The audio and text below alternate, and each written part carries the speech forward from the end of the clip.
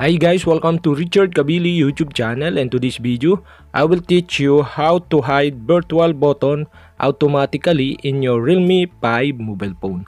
And okay guys, but before we start, kindly subscribe to my YouTube channel by pressing the subscribe button and the bell to notify you if I have new videos. Okay guys, let's start. So okay guys, you only have to do is go to setting in your Realme 5 mobile phone.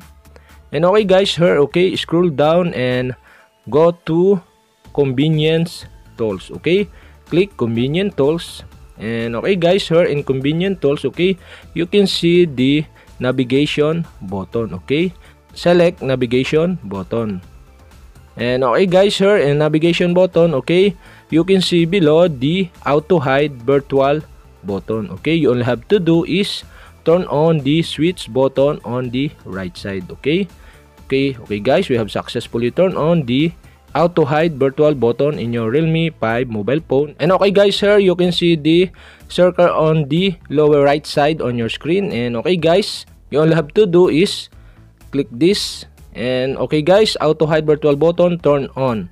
And okay guys, now we have successfully turn on the auto hide virtual button in your Realme 5 mobile phone. And okay guys, that's it. And okay guys, if you have a question, kindly comment below, and don't forget to hit the subscribe button and the bell to notify you if I have new videos. Okay guys, thank you for watching.